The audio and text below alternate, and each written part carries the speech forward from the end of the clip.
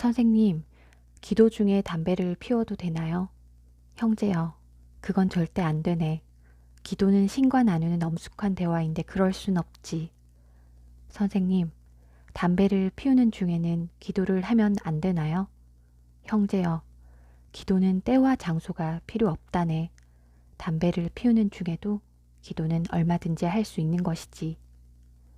동일한 행동도 어떻게 프레임하느냐에 따라 우리가 삶에서 얻어내는 결과물이 결정적으로 달라진다. 환경미화원으로 일하는 아저씨가 있었다. 일하는 게 힘들지 않냐는 젊은이의 질문에 환경미화원은 나는 지금 지구의 한 모퉁이를 청소하고 있다네 라고 답했다. 이것이 바로 행복한 사람이 갖고 있는 프레임이다. 자신의 일을 돈벌이나 거리 청소가 아니라 지구를 청소하는 일로 프레임하고 있었던 것이다. 행복한 사람은 바로 이런 의미 중심의 프레임으로 세상을 바라본다. 상위 프레임은 왜 이 일이 필요한지 그 이유와 의미, 목표를 묻는다. 비전을 묻고 이상을 세운다. 어떤 수준의 프레임을 선택하는지가 행복과 의미 추구에 결정적인 영향을 준다. 지혜의 핵심은 올바른 질문을 할 줄 아는 것이다. 존 사이먼. 실수한 적이 없는 사람은 결코 새로운 일을 시도해보지 못한 사람이다. 엘버트 아인슈타인. 성취하는 사람의 프레임은 접근 프레임인 반면에 안주하는 사람의 프레임은 회피 프레임이다. 접근 프레임은 보상에 주목하기 때문에 어떤 일의 결과로 얻게 될 보상의 크기에 집중하고 그것에 열광한다. 그러나 회피 프레임은 실패 가능성에 주목한다. 자칫 잘못하다간 실수할 수 있다는 데 주목하고 보상의 크기보다는 처벌의 크기에 더 큰 영향을 받는다. 프레임은 주변의 사소한 물건들을 통해서 우리가 의식하지 못하는 사이에 우리의 행동을 좌지우지할 수 있기 때문에 단순히 마음먹기에만 달린 문제가 아닌 것이다. 우리 주변의 물건들이 단순한 생활의 도구가 아니라 우리의 생각과 행동을 결정짓는 프레임의 도구가 될 수 있다는 점을 깨닫고 나면 물건에 대한 우리의 선택은 더욱 신중해질 수밖에 없다. 책상 하나, 의자 하나, 과일 한 접시, 그리고 바이올린, 사람이 행복해지기 위해 이외에 무엇이 더 필요한가? 엘버트 아인슈타인. 존재 프레임을 갖고 구매하는 사람은 그 물건을 통해 맛보게 될 새로운 경험에 주목하지만 소유 프레임을 갖고 구매하는 사람은 소유 자체에 초점을 맞춘다. 현명한 소비자는 가급적 소유의 프레임을 피하고 존재의 프레임을 가지려고 노력한다. 존재의 프레임이 삶의 질에 더 중요하기 때문이다. 아파트 현관에 M&M이라는 초콜릿이 가득 든 용기를 비치하고 거주자들이 오다 가다 떠먹을 수 있도록 초콜릿 용기 옆에 스푼을 놓아두었다. 첫날은 조그만 티스푼을 뒀고 다음 날은 그보다 정확하게 4배 더 큰 스푼을 놓아뒀다. 오후에 남아있는 초콜릿 양을 조사했을 때 어떤 결과가 나왔을까? 예상한 대로 큰 스푼을 비치했을 때 훨씬 더 많은 초콜릿을 먹었다. 식욕이 식사량을 결정하기보다 그릇의 크기가 식사량을 결정한 것이다. 왜 이런 일이 발생할까? 그것은 그릇의 크기가 프레임으로 작동하기 때문이다. 사람들은 기본적으로 제시되는 양이 사회적으로 바람직한 평균적인 양인 것으로 해석하는 경향이 있다. 그래서 그릇이 큰 경우에는 남기는 것에 대한 죄책감을 느끼게 만들고 그릇이 작은 경우 더 먹게 되면 너무 많이 먹는 것 아니냐는 불안감을 경험하게 한다. 물론 아무도 이런 생각을 강요하지는 않는다. 다만 눈앞에 제시된 그릇의 크기가 프레임으로 작동하면서 그 양이 표준이라고 여기도록 유도하는 것이다. 서울대 의대 유태우 교수는 누구나 10kg 뺄 수 있다는 책에서 다이어트에 성공하려면 종류에 상관없이 무조건 밥만 먹으라고 조언한다. 프레임이 던져주는 해답은 간단하다. 모든 그릇의 크기를 반으로 줄여라. 화씨 50도는 섭씨로 몇 도인가? 참고로 화씨에서 32를 뺀 뒤에 1.8로 나눠주면 섭씨의 온도가 된다. 누군가 이 문제의 답을 신속하게 풀었을 때 우리는 그를 똑똑한 사람이라고 부를지언정 지혜로운 사람이라고는 하지 않는다. 분명한 답이 존재하는 문제를 잘 구조화된 문제 혹은 잘 정의된 문제라고 부른다. 반면 지혜를 필요로 하는 문제는 잘 구조화되지 않은 문제 혹은 잘 정의되지 않은 문제들이다. 이런 문제에는 하나의 정답이 존재하지 않고 사람마다 보는 관점, 즉 프레임에 따라 서로 다른 의견들이 존재하기 마련이다. 우리가 살면서 부딪히는 문제들은 잘 구조화되지 않은 문제가 대부분이다. 초등학교 시절부터 우리는 수금지와 목도 천해명이라는 단축어로 태양 주위를 도는 9개의 행성의 이름을 외워왔다. 그런데 이 중 명왕성이 이제 행성 목록에서 빠지게 되었다. 명왕성은 9개의 행성 중에서 가장 작고 귀여운 별로 사람들의 사랑을 받았다. 그러나 국제천문연맹 IAU는 2006년 8월 24일 명왕성이 더 이상 행성이 아님을 전 세계에 공포했다. 이제는 소행성 134340이라는 이름이 되었다. 행성의 지위를 놓고 투표를 했다는 이야기는 행성의 정의라는 것도 과학자들마다 의견이 다를 수 있다는 점을 보여준다. 나아가 과학이 반드시 완벽하게 잘 정의된 문제만을 다루는 영역은 아니라는 점을 보여주는 사례라 할 만하다. 동메달이 은메달보다 그리고 B- 학점을 받은 학생이 B+ 학점을 받은 학생보다 행복한 이유. 동메달 리스트는 만족감이 은메달 리스트는 아쉽다는 표현이 압도적으로 많았다. 은메달 리스트들에게 그 가상의 성취는 당연히 금메달이었다. 반면 동메달 리스트들이 비교한 가상의 성취는 노메달이었다. 까딱하면 4위에 그칠 뻔했기 때문에 동메달의 주관적 가치는 은메달의 행복 점수를 뛰어넘을 수밖에 없다. 이는 C+를 피하고 간신히 B-를 받은 학생이 아깝게 A-를 놓치고 B+를 받은 학생보다 더 만족스러워하는 것과 같은 이치다. 이처럼 공간, 시간상의 비교나 심지어 상상 속의 비교에 의해서도 현실은 주관적으로 재구성된다. 그만큼 우리의 현실은 본질적으로 애매성을 가지고 있는 것이다. 질문의 방향이 특정 종류의 증거만을 찾아보도록 하는 프레임 역할을 하기도 한다.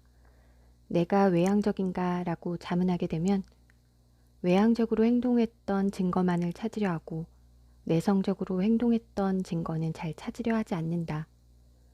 반면에 내가 내성적인가 라고 물으면 내성적으로 행동했던 경험만을 찾고 외향적으로 행동했던 경험은 잘 찾으려고 하지 않는다.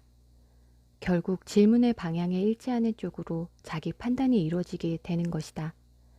자기 개념이라는 것도 단 하나로 고정되어 있는 게 아니라 프레임에 따라서 그때그때 달라진다.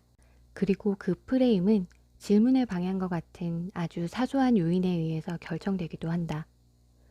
우리가 전달한 말과 메모, 문자 등은 자신의 프레임 속에서만 자명한 것일 뿐 다른 사람의 프레임으로 보자면 지극히 애매하게 여겨지기 마련이다. 이러한 의사불통으로 인해 생겨나는 오해와 갈등에 대해 사람들은 서로 상대방의 무감각과 무능력, 배려 없음을 탓한다. 부모들은 자녀에게 선행학습을 시킨다는 명목으로 어린아이가 알기엔 벅차고 어려운 내용을 가르치면서 왜 이렇게 간단한 것도 모르냐고 구박하기 일쑤다. 그 개념들이 어른들에게나 간단하다는 사실을 망각하면서 말이다. 남녀 관계에서도 예외는 아니다. 우리는 개떡같이 말해도 찰떡같이 알아들어야지 라며 상대방을 추궁하지만 실상 개떡같이 들릴 수밖에 없는 것이다. 보통 사람들은 자신의 말이나 행동이 실제보다 더 보편적이라고 착각하는 자기 중심성을 나타내지만 이 세상에는 자신의 생각과 다른 사람들이 훨씬 많이 존재한다는 건 깨달아야 할 점이다. 타인을 능력 차원으로 평가하는 사람은 자기 자신을 평가할 때도 능력을 가장 중요하게 생각한다.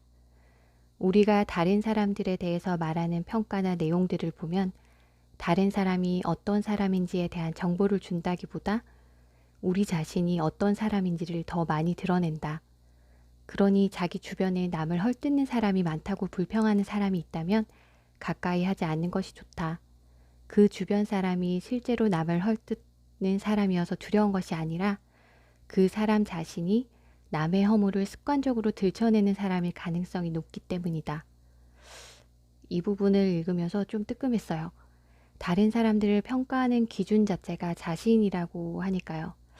아, 나구나. 뭔가 생각을 많이 하게 됐어요. 말은 역시 신중해야겠구나. 반면에 세상은 아직 살만한 곳이고 자기 주변에는 좋은 사람들이 많다고 말하는 사람은 가까이 해도 좋다. 그 사람은 누구와 있어도 상대방의 장점부터 보기 때문이다. 우리는 연극의 주인공이 아니다. 그런데도 많은 사람들이 자신이 스타들처럼 조명을 받고 있다고 착각하면서 다른 사람들의 시선에 필요 이상의 신경을 쓴다. 우리는 다른 사람들이 나를 주시하고 있다고 생각하지만 정작 우리를 보고 있는 것은 남이 아닌 바로 자기 자신이다. 세상의 중심에서 자신을 조용히 내려놓는다면 사소한 것에 목숨을 거는 어리석은 일은 지금보다 훨씬 줄어들 것이다. 제목은 프레임이고요. 서울대학교 심리학과 최인철 교수님의 책이에요. 21세기 북스에서 나왔고요. 주위에 어떤 일을 잘 시도하지 못하는 사람들은 보면 일단 그 일을 하다가 자기가 다칠까봐 걱정을 많이 해요. 망신당하거나 자존심이 상할까봐 그런 불안감에서 자신을 보호하기 위해 성공 가능성이 굉장히 높은데도 불구하고 자기 방어적인 태도로 모험 자체를 하지 않는 거죠. 안락한 지대를 벗어나 지도 밖으로 행군하는 용기 있는 행동은 오직 접근 프레임을 가진 사람들에게만 가능하다. 이러한 도전적인 프레임이 있었기에 비행기가 발명되고 우주선도 탄생할 수 있었다. 회피 프레임이 강한 사람에게는 지금껏 한 번도 성공한 적이 없는 위험한 시험 비행은 꿈도 꿀 수 없는 일이다. 성취하고자 노력하는 사람에게 세상은 풍요로운 땅이지만 안주하는 사람에겐 어설프게 나섰다간 낭패 보기 십상인 위험한 곳으로 보일 뿐이다.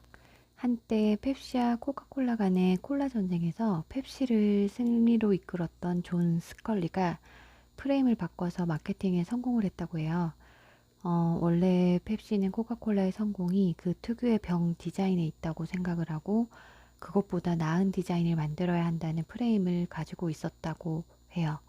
근데 스컬리가 소비자들의 음료 소비 패턴을 조사한 결과 소비자들은 콜라병의 크기나 모양에 상관없이 일단 집으로 사들고 가면 버리지 않고 다 마신다는 아주 단순한 사실을 발견했다고 해요.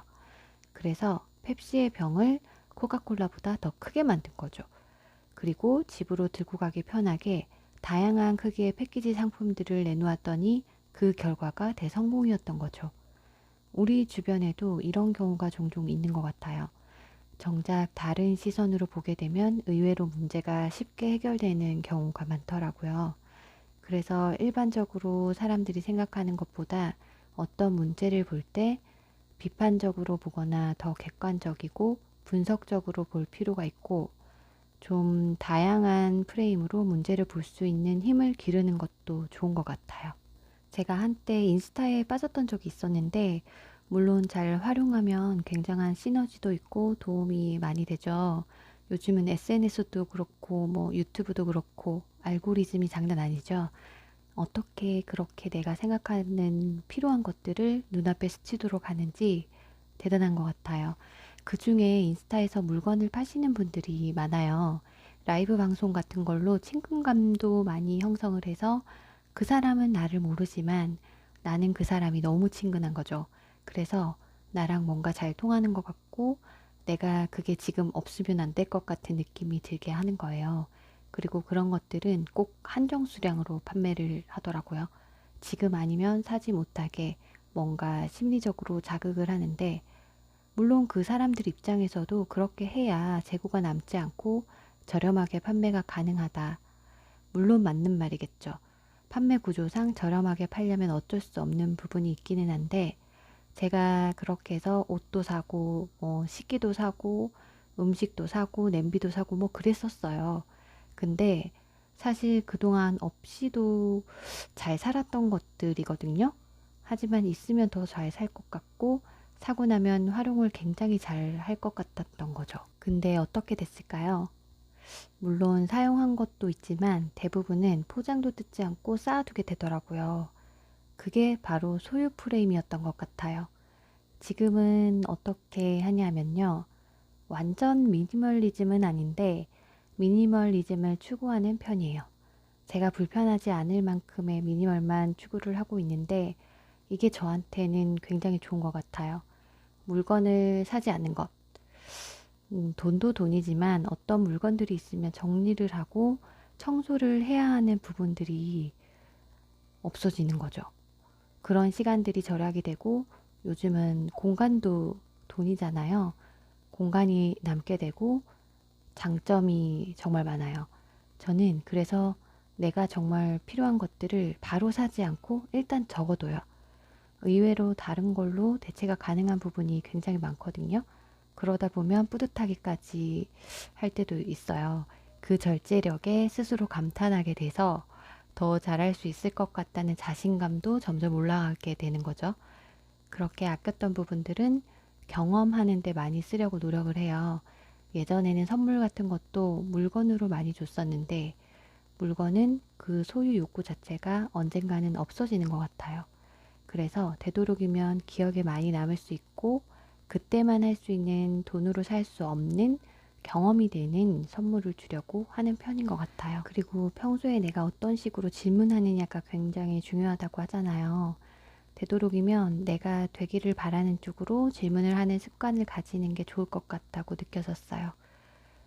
그리고 돈에 관한 얘기, 여러분은 어떻게 느끼시나요? 보너스를 받거나 연말정산에서 들어오는 돈, 뭐 어떤 환급금, 카드 포인트, 이런 것들은 정말 쉽게 사용하지 않으시나요?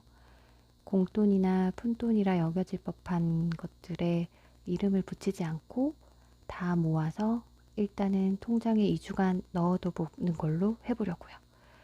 책에서 자신의 선택이 잘못된 것 같을 때는 자신의 성격을 탓하기보다 그 선택이 어떻게 프레임되어 있는지부터 살펴보는 지혜가 필요하다고 말하고 있어요. 그리고 책에서 선물 세트가 잘 나가는 이유에 대해서 나온 부분이 있었는데 공감이 많이 됐어요. 지난 추석에 갈비를 사드렸는데 올해도 갈비를 드리면 지겨워할 거라고 단정 짓는 거예요. 그리고 본인을 위해서 과일 바구니를 선뜻 사지는 않잖아요.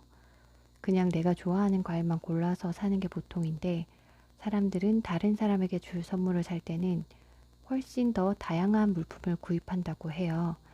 그래서 여러 가지가 다양하게 들어있는 세트 종류가 잘 팔리는 이유라고 하네요. 이 책을 쓰신 최인철 교수님의 강의를 예전에 인터넷에서 우연히 들은 적이 있는데 그때 받은 인상이라고 해야 하나요? 굉장히 부드럽고 편안해 보이셨어요. 그리고 어떤 생각과 개념이 명확하게 정리되어 있는 사람들은 말하고 행동하는 게 다른 것 같아요. 이분의 책을 다 보고 싶다는 생각을 하게 됐어요. 얼마 전에 또 새 책이 나온 것 같은데 그 책도 읽어보고 생각을 나눠보는 시간이 있으면 좋을 것 같아요. 그리고 누구나 비교하는 건 좋아하지 않잖아요. 자기에 대한 지나친 생각과 남들과의 잦은 비교는 행복을 저하시킨다고 해요. 여러분들도 많이 알고 있는 몰입, 즉 플로우라고 하잖아요. 어떤 일에 깊이 몰입해서 자기 자신에 대한 자각이 없어지는 상태를 말하는데 이 플로우 상태가 행복과 성취를 가져온다고 많은 심리학 연구들에서 잘 보여주고 있기도 해요. 저도 칙센트 미아이의 몰입에 관한 책을 대학교 1학년 때 도서관에서 발견하고 우연히 읽었는데 굉장히 인상 깊어서 몇 번을 읽고도 다시 책을 사서 소장한 책 중 하나거든요. 그리고 나서 몰입에 관한 책들을 거의 찾아봤던 기억이 나요. 어떤 것에서든 뭐 플로우 상태가 되었을 때 저는 제일 행복했던 것 같아요. 코로나 이후로 루틴, 자기계발 이런 키워드들이 더 이슈가 되는데 본인을 되돌아보고 재충전으로 생각하시는 분들도 굉장히 많은 것 같아요. 솔직히 좀 더 미래에 있을 법한 일들이 너무 빠르게 변해가는 것 같아서 한편으로 불안했었거든요. 이렇게 빨리 변하는데 나만 그대로인 것 같고 그런 생각에 상대적 박탈감을 느끼시는 분들이 있을 것 같아요. 근데 다르게 생각하면 쉽게 접하지 못했을 좋은 정보나 기술들을 마음만 먹으면 볼 수 있고 공부할 수 있고, 그 어떤 사람들은 세상이 왜 이렇게 빨리 변하냐 하고 불평할 테지만, 여러분들은 긍정적인 생각과 행동으로 행복한 발전을 이루셨으면 좋겠습니다. 오늘도 들어주셔서 감사합니다. 행복한 하루 되세요.